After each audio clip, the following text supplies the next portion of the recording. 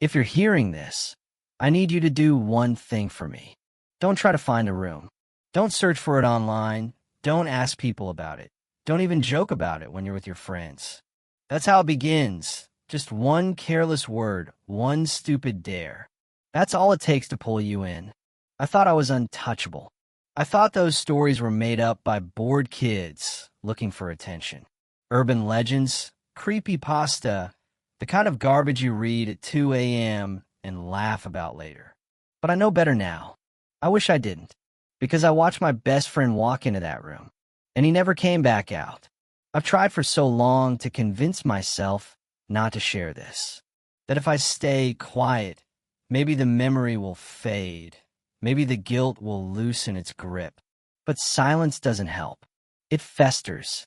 It feeds the thing on the other side of that door. So I'm telling you, even though I know it puts me at risk too. If I keep this story buried, someone else will fall for it. Someone else will vanish the way he did. You're probably already skeptical. Maybe you think this is just another ghost story, a desperate attempt to scare strangers online. I used to be like you, smirking, scrolling, thinking none of it mattered. But when the door slams in your face, when you hear your friend screaming your name, and then nothing but silence, trust me, you stop smirking real fast. The details are burned into me. I still remember the way the air felt heavy in that hallway, the way the walls seemed to lean in closer, like they wanted me to step across the threshold too. I remember my friend's laughter, sharp and nervous, cutting off mid-breath the second the door closed. That sound never leaves me. Sometimes I wake up at night, certain I can still hear it, echoing from inside the walls. I know I shouldn't be telling you this. Every word feels like peeling back tape over a wound I should have left sealed. But you need to understand, this isn't just a story. It's a warning. The room is real. And once you hear about it, once you know it exists, it starts watching you too. It began like any other night. Me, my friend, and a dare we should never have made. It was supposed to be just another ordinary Friday night. No horror, no mystery, no whispered warnings.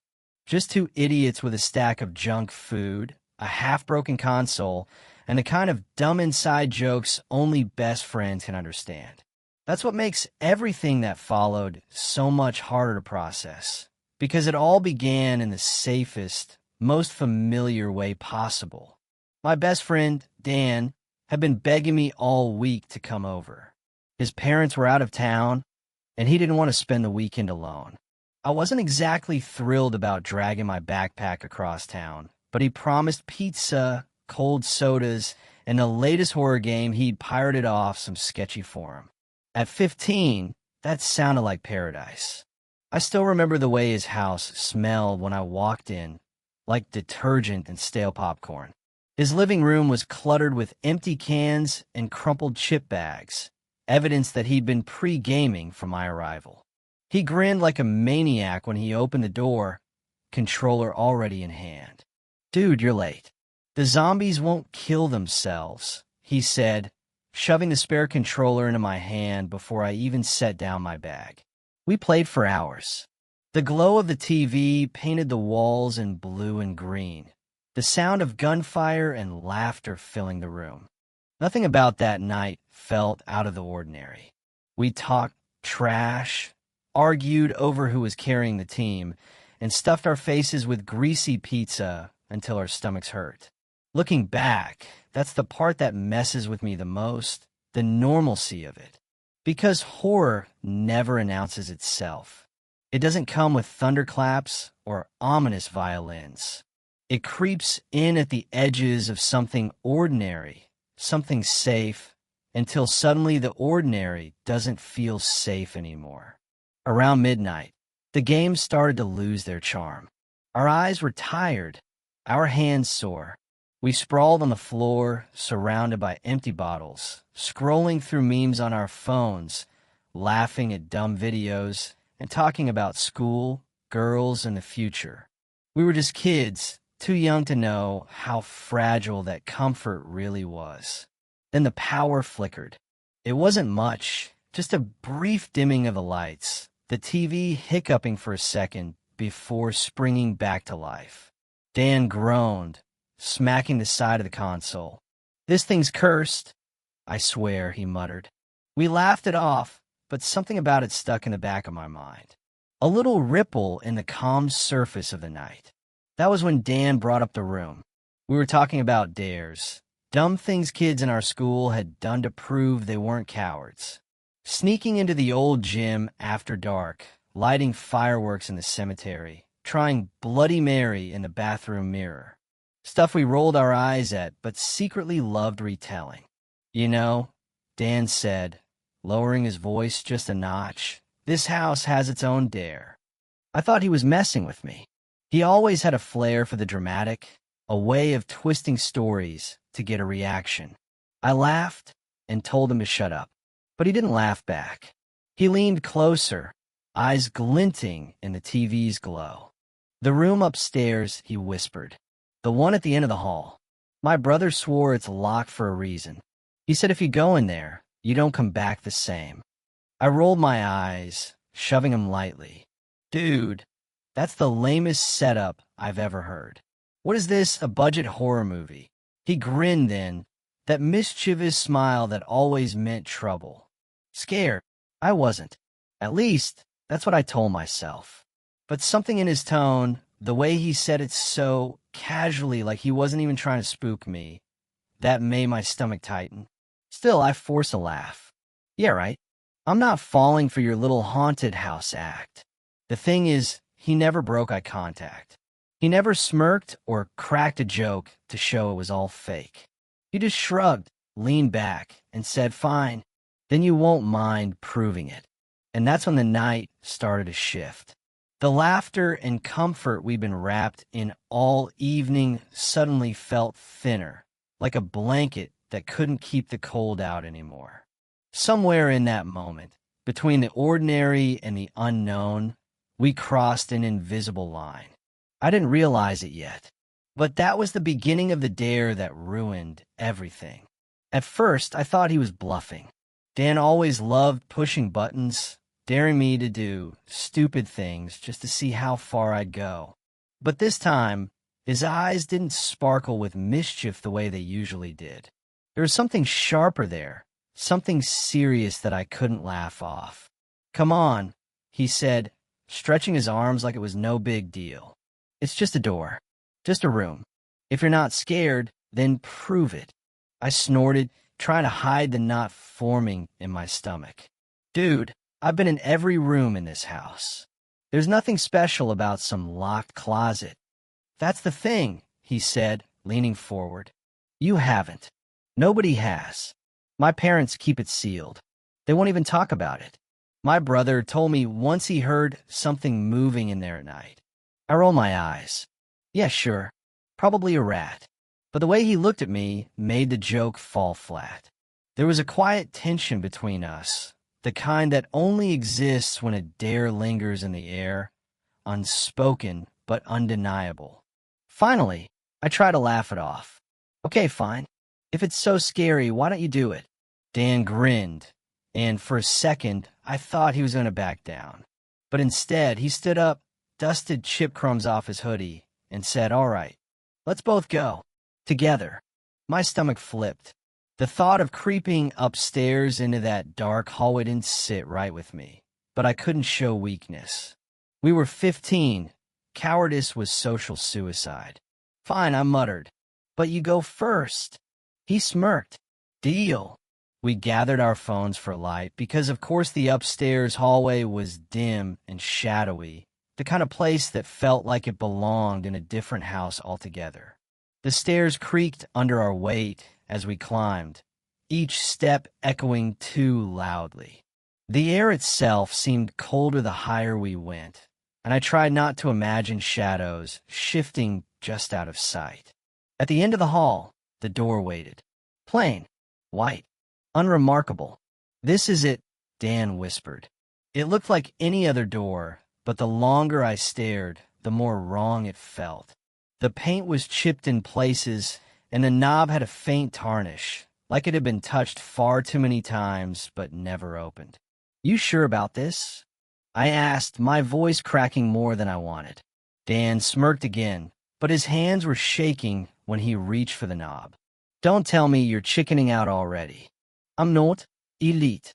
He laughed under his breath, low and nervous.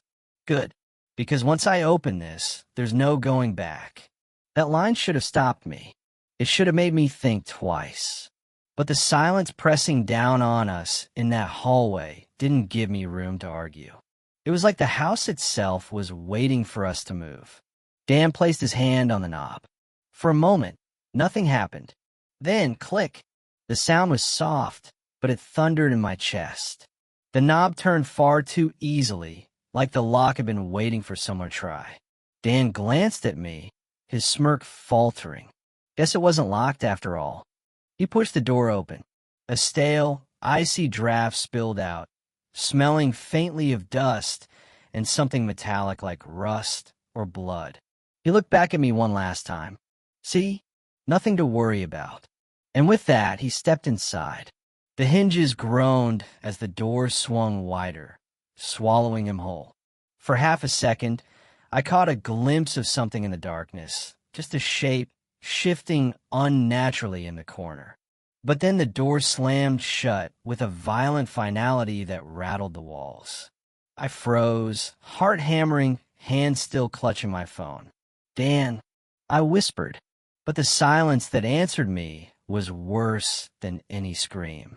For a moment, I just stood there, staring at the blank surface of the door as though it might swing open again on its own.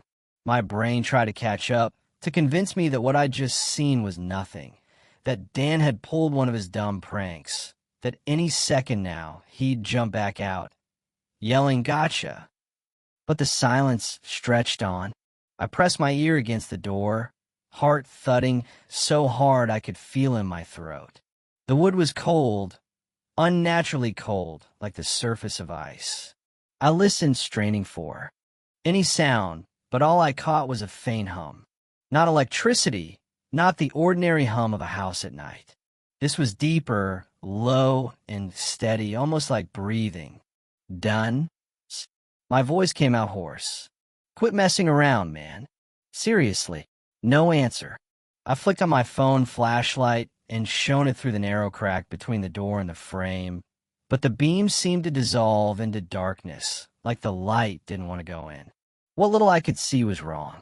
The walls didn't look like walls at all, more like uneven stone, or maybe it was wood, warped and swollen, as though the room had been left to rot for decades. And the air, God, the air.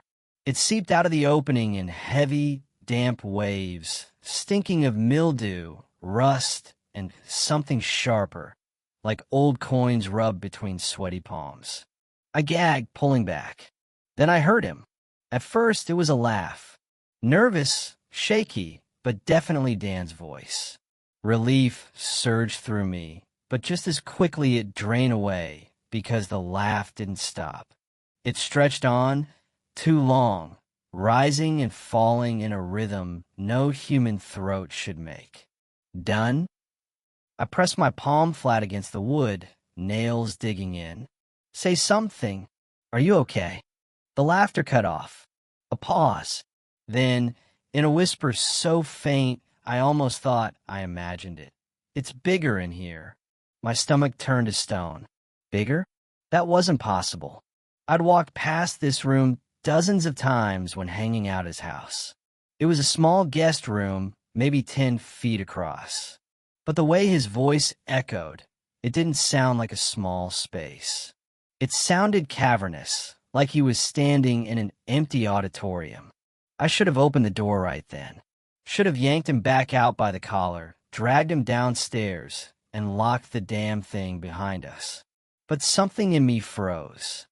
I can't explain it except to say that the door itself didn't want me to. My hand hovered near the knob, trembling, and every instinct screamed, "Don't." Then the knob twisted under my palm. I yanked back, heart in my throat. The door creaked, inching open, not because I'd pushed it, but because something inside wanted it open. The flashlight slipped in my sweaty grip, shaking as I angled it into the widening gap. The beam caught a glimpse of something pale, shifting at the edge of the darkness. For half a second, I thought it was Dan's face. But then it moved wrong, too fast, darting back like it hadn't expected to be seen. Done? My voice cracked. Answer me, man. This time, the reply wasn't a laugh. It was a whisper, but not from him. Too low, too close, curling against my ear though I was still outside.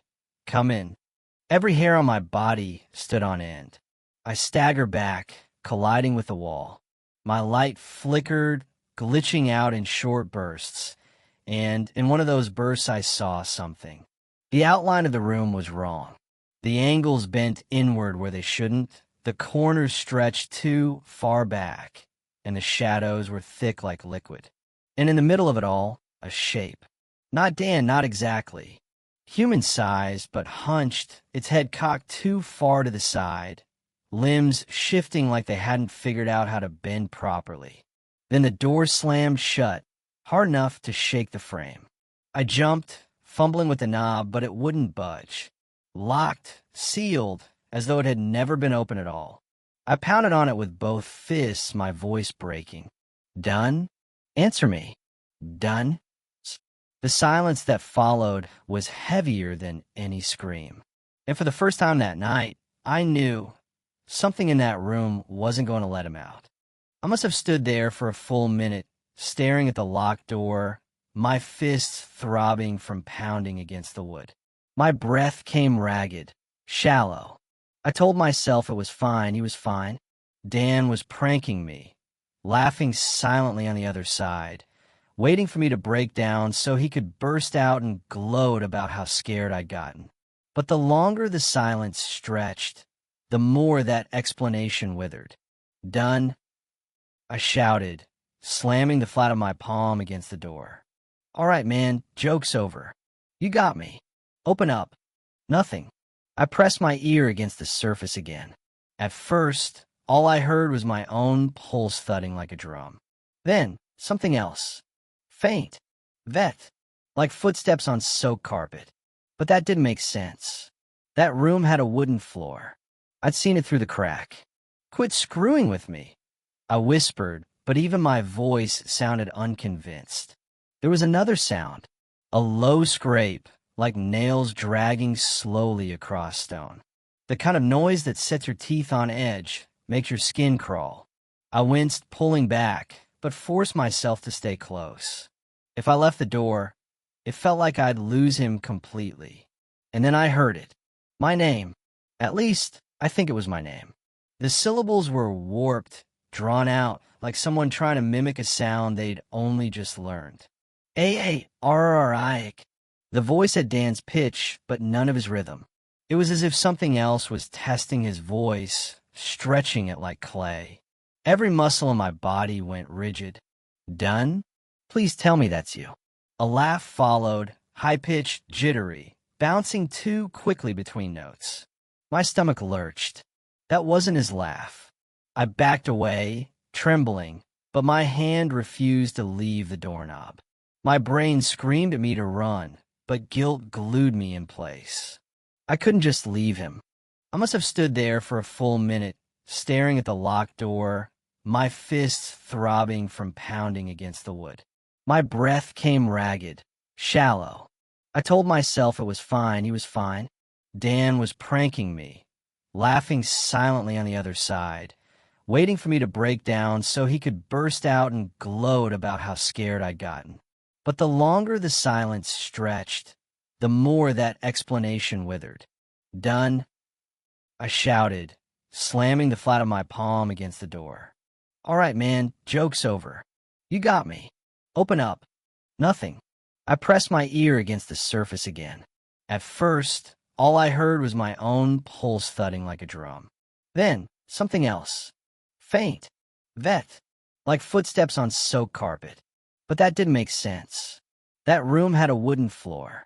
I'd seen it through the crack. Quit screwing with me. I whispered, but even my voice sounded unconvinced. There was another sound. A low scrape, like nails dragging slowly across stone. The kind of noise that sets your teeth on edge, makes your skin crawl. I winced, pulling back, but forced myself to stay close. If I left the door, it felt like I'd lose him completely. And then I heard it. My name. At least, I think it was my name. The syllables were warped, drawn out, like someone trying to mimic a sound they'd only just learned. A-A-R-R-I-C. The voice had Dan's pitch, but none of his rhythm. It was as if something else was testing his voice, stretching it like clay. Every muscle in my body went rigid. Done? Please tell me that's you. A laugh followed, high-pitched, jittery, bouncing too quickly between notes. My stomach lurched. That wasn't his laugh. I backed away, trembling, but my hand refused to leave the doorknob. My brain screamed at me to run, but guilt glued me in place. I couldn't just leave him. To run for the stairs. To get out of that house, call someone, anyone. But just as I turned, I heard him again. Eric. This time, the voice was clearer. Softer. Almost pleading. It was enough to stop me in my tracks. My nails dug into my palms. Hold on. I whispered, tears burning my eyes. I'm not leaving you. And with that, I stepped back toward the door. I don't know how long I stood there, frozen with my ear to the door, waiting for another sound. Minutes, maybe hours. Tom had started to feel slippery, like a dream I couldn't wake from. Finally, I forced myself to back away. My legs were unsteady, each step toward the stairs a battle against the weight pressing on me from all sides. The house seemed to breathe, subtle shifts in the air, faint creaks as if the walls themselves were leaning closer to listen. Halfway down the hallway, I pulled out my phone. The screen glared bright in the dark, a reminder of the world beyond this nightmare. I dialed Dan's number first, stupidly hoping he'd pick up and laugh at me for overreacting. It rang once. Then the call dropped with a sharp click. I tried again. Same result. I switched to his parents' number, then mine, then 911. Each time the call cut out before anyone could answer. No error message, no weak signal icon, just silence. A soft thump echoed from upstairs. I whipped around. The door at the end of the hall was still shut tight, but the air around it shimmered faintly, like heat rising from pavement. Not real, I whispered to myself. It's just stress. I'm freaking out. I stumbled down the stairs, desperate for light and open space.